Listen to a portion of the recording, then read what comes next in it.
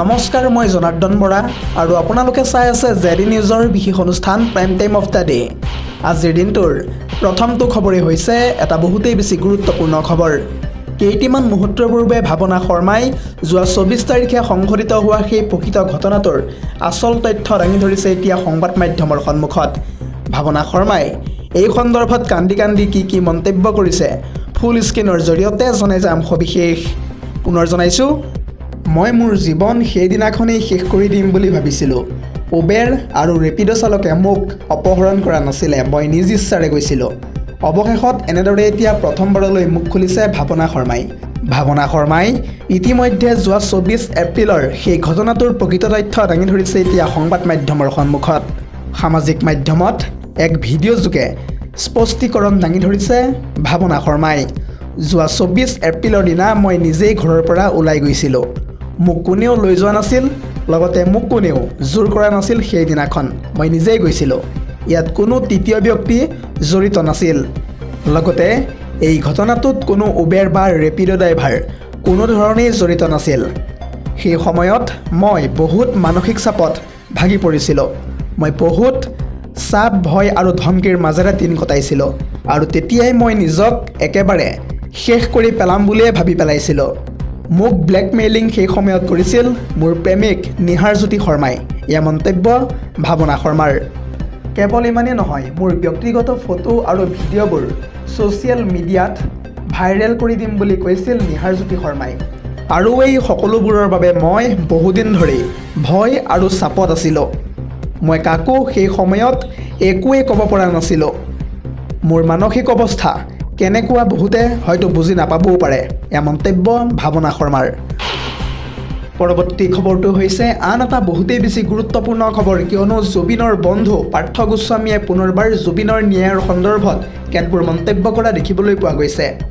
পাৰ্থ গোস্বামীয়ে ন্যায়ৰ সন্দৰ্ভত কি মন্তব্য কৰিছে সংবাদ মাধ্যমৰ সন্মুখত ফুল স্ক্ৰীনৰ জৰিয়তে জনাই যাম সবিশেষ। পুনৰ জনাইছোঁ, জুবিন গাৰ্গৰ আত্মাই কেতিয়াও শান্তি নাপায়। জুবিন গাৰ্গে ন্যায়ো নাপায়। চৰি জুবিন, ক্ষমা খুজিলে এনেদৰে এতিয়া জুবিন গাৰ্গৰ বন্ধু পাৰ্থ গোস্বামীয়ে। পাৰ্থ গোস্বামীয়ে ইয়াৰ উপৰিও কয় যে জুবিন গাৰ্গে ন্যায় পাব বুলি আৰু আমি ভাবি নাথাকোঁ। নিৰ্বাচন শেষ আৰু জুবিন গাৰ্গৰ ন্যায়ো এতিয়া শেষ। ফেচবুকত আৱেগ ঢালি এতিয়া আৰু একো লাভ নাই। ফেচবুকত চিঞৰি থাকিলে একোডাল লাভ নহ'ব। হয়তো CBIক দিব লাগিছিল জুবিন গাৰ্গৰ মৃত্যুৰ তদন্ত, কিন্তু নিদিলে। কেৱল ইমানেই নহয়, জুবিনৰ কথা কৈ ফুৰা সেই পলিটিকেল পাৰ্টিবোৰ এতিয়া ক'ত গ'ল? ক'ত লুকাই আছে সেই পলিটিকেল পাৰ্টিবোৰৰ সদস্য? জেলৰ পৰা ওলাই আহিব এতিয়া জুবিন গাৰ্গৰ হত্যাকাৰী। জুবিন ক্ষেত্ৰত গৈ চাকি বন্তি জ্বলাই কিডাল লাভ হ'ব? একো লাভ নহ'ব। জুবিন গাৰ্গৰ আত্মা এতিয়াও ঘূৰি আছে ন্যায়ৰ অপেক্ষাত। আৰু জামিন পোৱাৰ পিছত হত্যাকাৰীকেইটাক কোনেও বিচাৰি উলিয়াব নোৱাৰিব। এনেদৰে এতিয়া স্পষ্টভাৱে ডাঙৰ মন্তব্য কৰিছে জুবিনৰ বন্ধু পাৰ্থ গোস্বামীয়ে। দৰ্শকসকল, আৰু বহুতো গুৰুত্বপূৰ্ণ খবৰ আছে। যদিহে আপুনি এতিয়ালৈকে এই ভিডিঅ'টোত লাইক কৰা নাই তেন্তে এতিয়াই লাইক কৰি দিয়ক। আৰু এনেধৰণৰ খবৰসমূহ প্ৰত্যেক দিনে পাই থাকিবৰ কাৰণে চেনেলটো ছাবস্ক্ৰাইব কৰি ভিডিঅ'টোত এটাকৈ লাইক কৰি দিব। পৰৱৰ্তী খবৰটো হৈছে আন এটা বহুতেই বেছি গুৰুত্বপূৰ্ণ খবৰ, কিয়নো লোকলৈ হুলপুতি নিজে মৰে ফুটি। বিৰোধী নেতাৰ পুত্তলিকা দাহ কৰিবলৈ গৈ নিজে অগ্নিদগ্ধ হ'ল এইবাৰ বিজেপিৰ নেত্ৰী। যি নেতাৰ পুত্তলিকা দাহ কৰিবলৈ গৈছিল তেখেতেই এতিয়া খবৰ লৈছে গৈ হাস্পাতালত। বিজেপিৰ বিধায়িকা অনুপমা জয়ছোৱালৰ লগত সংঘটিত হৈছে এই ভয়ংকৰ ঘটনা। ৰাহুল গান্ধী আৰু অখিলেশ যাদৱৰ পুত্তলিকা দাহ কৰিবলৈ গৈছিল বিজেপিৰ নেত্ৰীগৰাকী। মহিলা সংৰক্ষণৰ বিধেয়ক লৈ বিৰোধীৰ বিৰুদ্ধে সাব্যস্ত কৰিছিল প্ৰতিবাদ, আৰু সেই প্ৰতিবাদৰ মাজতে সংঘটিত হৈছে এই ঘটনা। পুত্তলিকা দাহ কৰি থকাৰ সময়তে নিজে অগ্নিদগ্ধ হয় বিজেপিৰ নেত্ৰীগৰাকী, আৰু তাৎক্ষণিকভাৱে বিজেপিৰ নেত্ৰীগৰাকীক ভৰ্তি কৰোৱা হয় হাস্পাতালত। আৰু এতিয়া হাস্পাতালত খবৰ ল'বলৈ উপস্থিত হৈছেগৈ বিৰোধীৰ নেতা অখিলেশ যাদৱ। বিজেপিৰ নেত্ৰীগৰাকীৰ খবৰ লৈ অখিলেশ যাদৱে প্ৰতিক্ৰিয়া ব্যক্ত কৰি সংবাদ মাধ্যমৰ সন্মুখত কয় যে সমাজত জুই লগোৱাটো আমিও নিবিচাৰোঁ। সকাৰাত্মক ৰাজনীতিয়ে আমাক এই কথা কেতিয়াও শিকোৱা নাই। এয়া মন্তব্য অখিলেশ যাদৱৰ।